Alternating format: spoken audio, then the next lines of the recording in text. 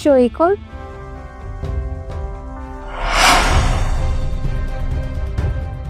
আজকে এই চাকরটাকে উচিত শিক্ষা দিতে হবে। হ্যাঁ, আমি খুব ভালো করেই জানি ওকে বিদায় করতে না পারলে তো তোমাকে আপন করে পাবো না। ওকে ওর লেভেলটা দেখাতে হবে। সৈকত চৌধুরী এই শহরের সবথেকে বড় বিজনেসম্যান। তুমি মিথ্যা বলছো না তো? জি ম্যাম, আমি সত্যি বলছি। আপনি কেবিনে যান, গিয়ে দেখতে পারবেন।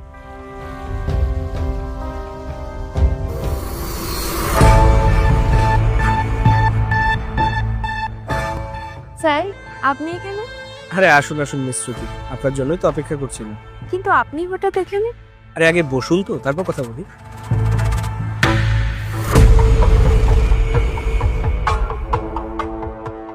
আসলে আমি নিজে থেকে কখনো কারোর সাথে দেখা করতে চাই না, কিন্তু এই প্রথম আপনার সাথে দেখা করার জন্য আমি নিজেই চলে এলাম। কেন জানেন? কেন স্যার? কারণ আপনার জন্য একটা বিজনেস প্রপোজাল আছে আমার কাছে। আপনি যদি আমার বিজনেস প্রপোজালে রাজি হয়ে আমার সাথে বিজনেস করেন, তাহলে আশা করি আগামী বছর টপ বিজনেসম্যানদের তালিকায় আপনার নামও থাকবে। কি বলছেন স্যার? আমার তো বিশ্বাসই হচ্ছে না, এত বড় একটা অপরচুনিটি আমাকে দিচ্ছেন। আমি না কনফিউজড। কেন? স্যার, আপনি আমাকে এত বড় একটা অপরচুনিটি কেন দিচ্ছেন? Actually I like you. কি? তোমাকে প্রথম দেখেছিলাম জুয়েল সাহেবের পার্টিতে, আর প্রথম দেখাতে সেখানে আমার ভালো লেগে যায়।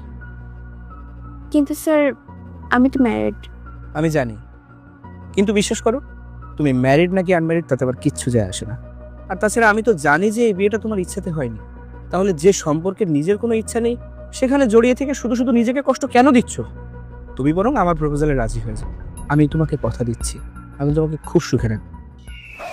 আর এতটাই সুখে রাখবো তুমি কখনো কল্পনাও করতে পারবে না। আরে তোমার তো খুশি হওয়া উচিত যে তুমি তোমার লেভেলের কাউকে পাচ্ছ। তাহলে তো সারা জীবনে চাকরের সাথে তোমাকে সংসার করতে হবে। আরে কি এত ভাবছো? আচ্ছা, আমার মনে হয় তুমি সারা জীবনে চাকরের সাথে থাকতে চাইছো। না না, এমন কোনো ব্যাপার না। আমি ওই চাকরের সঙ্গে থাকবো না। ওকে ফাইন, আমি আপনার বিজনেস ডিল আর প্রপোজাল দুটাতেই রাজি। Wow, that's like a good girl.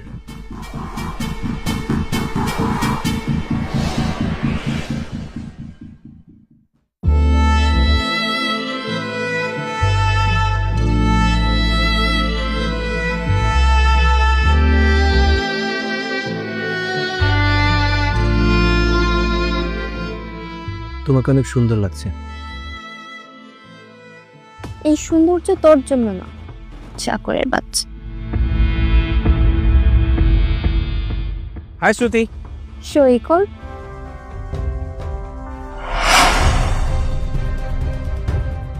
আজকে এই চাকরটাকে উচিত শিক্ষা দিতে হবে।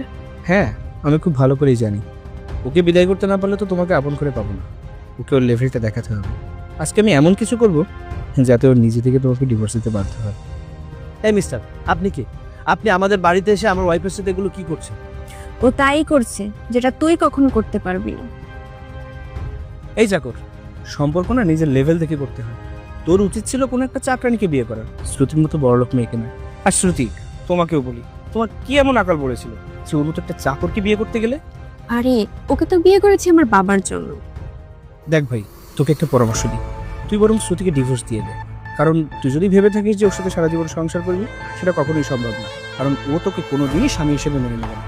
ও তোর সাথে খারাপ ব্যবহার করবে, বেয়াদবি করবে, অবশ্যই সেটারই যোগ্য। কিন্তু তাও কতদিন এগুলো মুখ বুঝে সহ্য করবি বল? দেখ ভাই, তুই কি চাস যে তোর জীবনটা এভাবে নষ্ট হোক? তার চেয়ে বরং তুই আমার কথা মেনে নে, তুই ওকে ডিভোর্স দিয়ে দে। তারপর আমি তোকে কথা দিচ্ছি, তোকে সুন্দরী কোনো চাকরানি বা ঝাড়ুয়ালি দেখে বিয়ে দিয়ে দেবে। লাইফটা সুন্দরভাবে কাটাতে পারবি। কেমন আইডিয়া দিলাম? ও হ্যাঁ শ্রুতি, I have a gift for you. Wow, Green topaz with gold. And you know, this one is very exclusive and expensive. Only for you. এটা আমাকে অনেক সুন্দর লাগবে। এই চাকরের বাচ্চা, তাকে রেখে দেখছিস? এটা অনেক দামি একটা নেকলেস এবং অনেক এক্সক্লুসিভ। সারা জীবনে তো এরকম নেকলেস চোখে দেখিস নি তুই। আর চোখে কি, সারা জীবনে উপার্জন দিয়েও তুই এরকম একটা নেকলেস আমাকে উপহার দিতে পারবি না। আর দাঁড়িয়ে কি দেখছিস?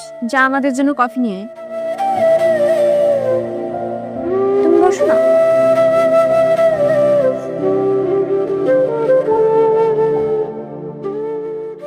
দেখো, ওকে এতটাই অপমান করেছি যে ফিরে এসে তোমার ডিভোর্স পেপারে সাইন করতে বাধ্য হবে।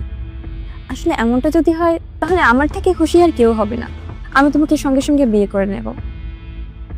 That's like a good girl.